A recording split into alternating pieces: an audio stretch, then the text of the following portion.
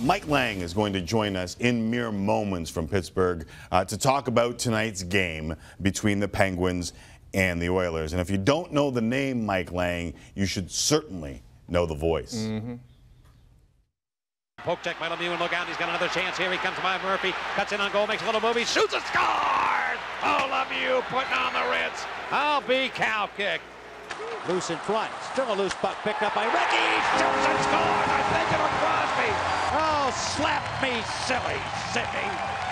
Crosby drags it through. Right in front, he sets up a beautiful play in front of the net for Ziggy Palffy. How much fried chicken can you eat? Here's Crosby going right through Crosby. Get a goal.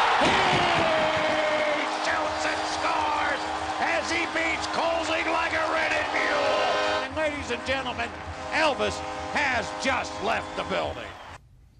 Nice. You had to be an exceptional play-by-play guy regionally before the internet to be very, very well known. Yeah. And Mike Lange didn't need the internet to be one of the most famous voices, not just in hockey, but in sports. Yeah. Mike Lange is joining us right now. Mike, this is a real thrill. Welcome to Tim and Sid. Great to talk to you. Well, I'm honored to be on with you, and we do have a lot of fun with it, so thanks for having me here. Yeah, we're not saying, this is fun. People forget sometimes, every right? once in a while. Keep it light. I enjoy it. Great to talk to you. Let's look at tonight from Sidney Crosby's perspective. Crosby, 2 straight Stanley Cups, ho-hum, Conn Smythe, ho-hum. But on the other side of it, there's still people of the opinion that, the kid coming in with Edmonton is maybe the best player in the world from a speed standpoint, yada, yada, yada.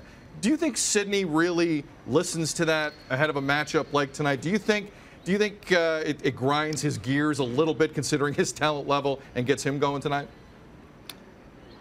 If you were Sidney Crosby, would it grind your gears? I think it does. Yeah, there's no question. Deep inside, he can give you the standard answer, but he wants to excel. He wants to be a part of the show, and he has been every place he's been. Connor McDavid the same way. I mean, there's an urgency to your game. You know you're going to play against a guy that everybody talks about comparing you to. That's what makes the beauty of it, really. That's why we're all coming to see it. But the mainstay is, and the bottom line is, after all these big meetings, it's the game itself and who's going to win it. And that's the important thing, really, to both teams when you're putting on the Ritz here tonight. My co-host said earlier that the Pittsburgh Steelers might be the best team in football, and I understand that there's a little bit of buzz around the football team in those parts. But is there a buzz in the city for this matchup between McDavid and Crosby? Absolutely. This isn't the first time we've seen this fish before. I mean, going back to the Gretzky-Lemieux days, Ovechkin and Crosby when they first started, McDavid now. And you forget, most people forget that McDavid played his junior hockey just 2 hours north of here in Pittsburgh. So a lot of fans are very familiar with him, and they know what he brings to the table. There's an atmosphere here of, it's an early season game. It has a lot of hype. And I think people are genuinely looking forward to seeing this matchup. Mike, you have had the pleasure of seeing on a consistent basis some of the greatest talent this league has ever produced, from Mario to Sid to Jágr to a Paul Coffey after the Oilers years. And forgive me if I'm forgetting a lot of names here, but you've seen a lot. When you watch Connor McDavid play, what do you think of? I will tell you, we don't get to see him play on a regular basis, but I just saw the Chicago game and the move that he made. I have never, ever seen a player make that move. I've seen all the great ones, at least in my lifetime, make a move just so nonchalant and just so perfectly done that it just took my breath away. I mean that sincerely. So I'm really looking forward to seeing him play. I love the games that we have done so far that he's been in action in. The sky's the limit for him, and here's that's great. It's great for hockey. It's great for selling the game. It's great for people talking about it on a basis where they can become a major sport, particularly in this country. So I'm just thrilled to death that he's come along, and the good Lord willing, he's going to stay healthy, and he's going to be a big star in this league to compete against the opposition for many years. From watching Mario mature, and Jágr kind of stepped into a different spot, but seeing Crosby step into a team that struggled and bring them to the promised land as quickly as he did, was there a maturity point? Did you see it when he first got there? Was there a point in his career where you thought, okay, now we've turned the corner? Is there something that can be comparable among those guys when they realize just how great they are? You know, I think if you look back, there's very rarely ever seen where one player comes in. You were talking earlier about the Eagles, their star quarterback, but it's rare when a player can come in and take a team to the promised land, if you will, that you're talking about a championship. It takes some time to kind of assimilate it all, to build around that player, to build lines, to make it work.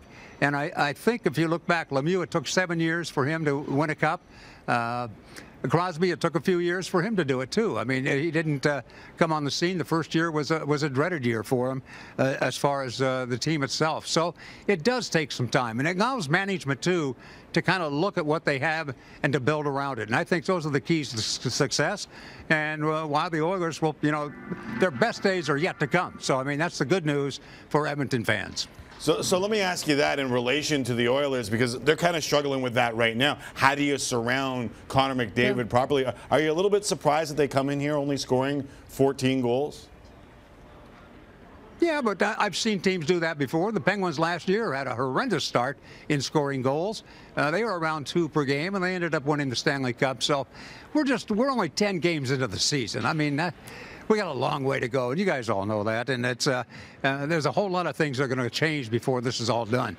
So the firepower's there. We've seen it before, and I definitely think the Oilers will be in contention and be one of the stalwarts. But you know, the other thing you always have to look at least from my standpoint of surveying teams, is how your goaltending is going to hold up. You don't want to have key injuries there, because that can change the whole complexion of it. So there's a lot of the valuable positions you have to have, but that goaltending positions is number one.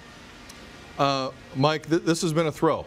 We really appreciate you coming on. All the best to you again, and thanks for down through the years inspiring a lot of play-by-play guys with your energy, with your passion, with your creativity, with your skill. Just thanks a lot for all of it, and we appreciate you coming on today, Mike. Thank you.